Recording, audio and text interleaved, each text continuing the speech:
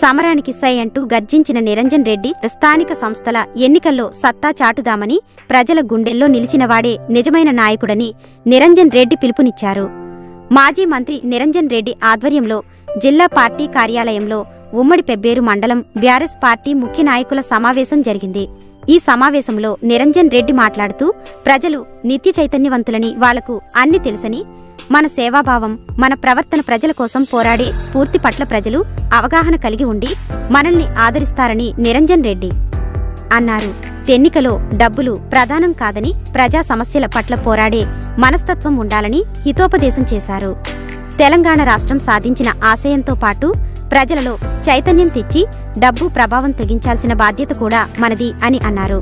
మీ అభ్యర్థిని మీరే నిర్ణయించండి. ప్రజల గుండెల్లో స్థానం సంపాదించుకునే వ్యక్తులను గుర్తించండి. మీ అభిప్రాయాన్ని గౌరవించే బాధ్యత నేను తీసుకుంటాను అని నాయకులకు, కార్యకర్తలకు భరోసా ఇచ్చారు.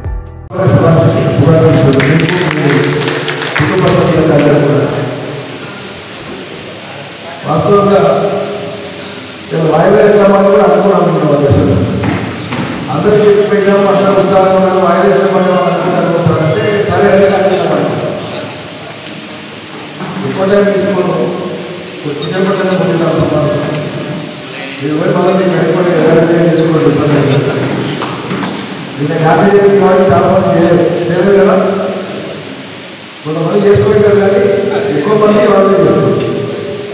20 ఏ ఊళ్ళో ఉంటా ఇక రాకపోయినా ఈ రోజు కూడా పెడతారు. సాయంత్రం అందరికీ పెడతారు కాబట్టి ఈ రోజు పెడతారు. చనిపోయాక సాయంత్రం చల్లబడ్డాక చీకటి అయ్యాక ఏ ఊరికి ఆ ఊరు తిరిగి చదువు పెట్టండి. కాంగ్రెస్ సరే ఇంతకుముందు మాట్లాడినటువంటి